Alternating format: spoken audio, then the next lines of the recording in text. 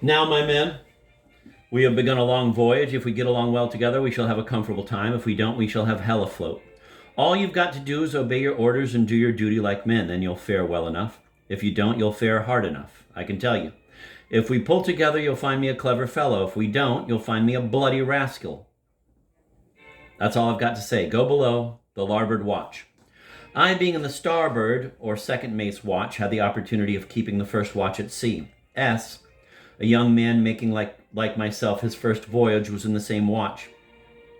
And as he was the son of a professional man and had been in an accounting room in Boston, we found that we had many friends and topics in common. We talked these matters over, Boston, what our friends were probably doing, our voyage, etc., until he went to take his turn at the lookout and left me to myself. I had now a fine time for reflection. I felt for the first time the perfect silence of the sea. The officer was walking the quarter deck where I had no right to go. One or two men were talking on the forecastle, whom I had little inclination to join, so that I was left open to the full impression of everything about me. However much I was affected by the beauty of the sea, the bright stars, and the clouds driven swiftly over them, I could not but remember that I was separating myself from all the social and intellectual enjoyments of life. Yet, strange as it may seem, I did then and afterwards take pleasure in these reflections, hoping by them to prevent my becoming insensible to the value of what I was leaving. But all my dreams were soon put to flight by an order from the officer to trim the yards, as the wind was getting ahead, and I could plainly see by the looks the sailors occasionally cast to windward, and by the dark clouds that were fast coming up, that we had bad weather to prepare for, and had heard the captain say that he expected to be in the Gulf Stream by 12 o'clock. In a few minutes, 8 bells were struck, the watch called, and we went below. I now began to feel the first discomforts of a sailor's life.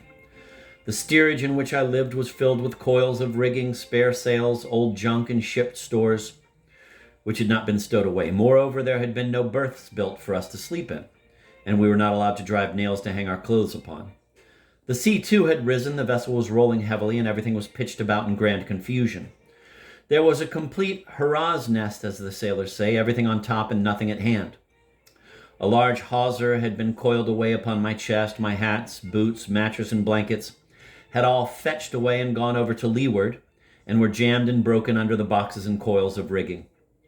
To crown all, we were allowed no light to find anything with, and I was just beginning to feel strong symptoms of seasickness, and that listlessness and inactivity which accompany it.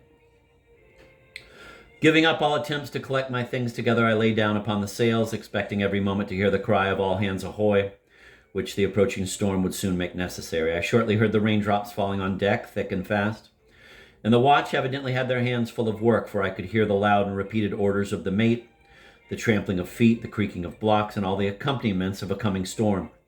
In a few minutes, the slide of the hatch was thrown back, which let down the noise and tumult of the deck still louder. The loud cry of all hands ahoy, tumble up here and take in sail, saluted our ears, and the hatch was quickly shut again. When I got upon deck, a new scene and a new experience was before me. The little brig was close hauled upon the wind, and lying over, as it then seemed to me, nearly upon her beam ends. The heavy head sea was beating against her bows with the noise and force almost of a sledgehammer, and flying over the deck, drenching us completely through. The topsail halyards had been let go, and the great sails were filling out and backing against the masts with a noise like thunder.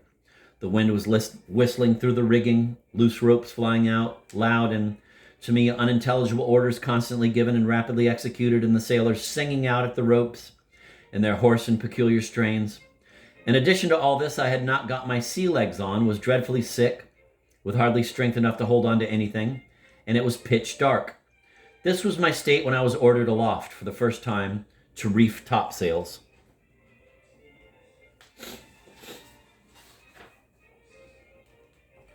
How I got along I cannot now remember. I laid out on the yards and held on with all my strength. I could not have been of much service, for I remember having been sick several times before I left the topsail yard.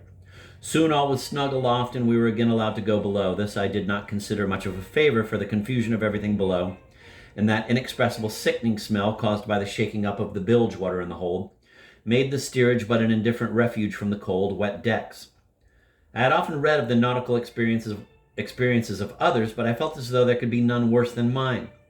For in addition to every other evil, I could not but remember that this was only the first night of a 2 years' voyage. When we were on deck, we were not much better off, for we were continually ordered about by the officer, who said that it was good for us to be in motion. Yet anything was better than the horrible state of things below. I remember very well going to the hatchway and putting my head down when I was oppressed by nausea, and always being relieved immediately. It was as good as an emetic. This state of things continued for 2 days. Wednesday, August 20th. We had the watch on deck from 4 till 8 this morning. When we came on deck at 4 o'clock, we found things much changed for the better. The sea and wind had gone down and the stars were out bright. I experienced a corresponding change in my feelings, yet continued extremely weak from my sickness. I stood in the waist on the weather side, watching the gradual breaking of the day and the first streaks of the early light. Much has been said of the sunrise at sea, but it will not compare with the sunrise on shore. It wants the accompaniments of the songs of birds, the awakening hum of men, and the glancing of the first beams upon trees, hills, spires, and housetops to give it life and spirit. But though the actual rise of the sun at sea is not so beautiful, yet nothing will compare with the early breaking of day upon the wide ocean.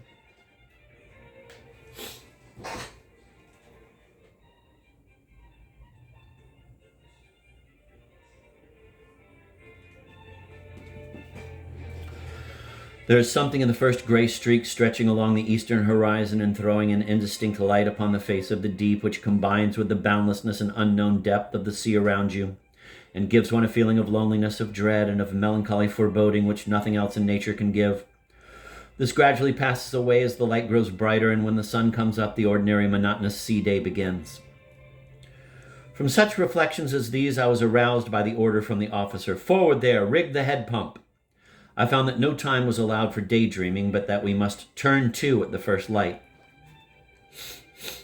Having called up the idlers, namely carpenter, cook, steward, etc., and rigged the pump, we commenced washing down the decks. Having called up the idlers, namely carpenter, cook, steward, etc., and rigged the pump, we commenced washing down the decks. This operation, which is performed every morning at sea, takes nearly 2 hours, and I had hardly strength enough to get through it. After we had finished, swabbed down, and coiled up the rigging, I sat down on the spars, waiting for 7 bells, which was the sign for breakfast.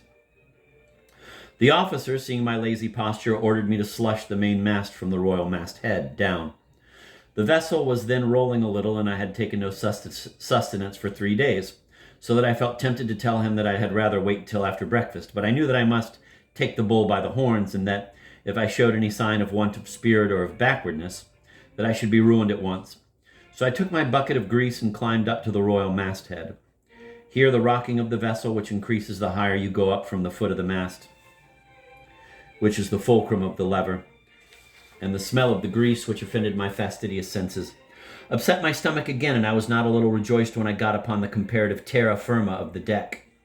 In a few minutes 7 bells were struck, the log hove, the watch called, and we went to breakfast. Here I cannot but remember the advice of the cook, a simple-hearted African. "Now," says he, "my lad, you are well cleaned out. You haven't got a drop of your longshore swash aboard of you. You must begin on a new tack. Pitch all your sweetmeats overboard, and turn to upon good hearty salt beef and sea bread. And I'll promise you, you'll have your ribs well sheathed, and be as hearty as any of them, afore you are up to the horn." This would be good advice to give to passengers when they speak of the little niceties which they have laid in case of seasickness. I cannot describe the change which half a pound of cold salt beef and a biscuit or 2 produced in me. I was a new being. We had a watch below until noon, so that I had some time to myself, and getting a huge piece of strong, cold salt beef from the cook, I kept gnawing upon it until 12 o'clock. When we went on deck, I felt somewhat like a man, and could begin to learn my sea duty with considerable spirit. At about 2 o'clock, we heard the loud cry of "Sail ho!" from aloft, and soon saw 2 sails to windward going directly athwart our hawse. This was the first time that I had seen a sail at sea. I thought then, and have always since, that it exceeds every other sight in interest and beauty. They passed to leeward of us, and out of hailing distance, but the captain could read the names on their sterns with the glass. They were the ship Helen Mar of New York, and the brig Mermaid of Boston. They were both steering westward, and were bound in for our dear native land. Thursday, August 21st. This day the sun rose clear, we had a fine wind, and everything was bright and cheerful. I had now got my sea legs on and was beginning to enter upon the regular duties of a sea life. About 6 bells, that is 3:00 p.m., we saw a sail on our larboard bow. I was very anxious, like every new sailor, to speak her. She came down to us, backed her main topsail, and the two vessels stood head-on, bowing and curvetting at each other, like a couple of war horses reined in by their riders. It was the first vessel that I had seen near, and I was surprised to find out how much she rolled and pitched in so quiet a sea.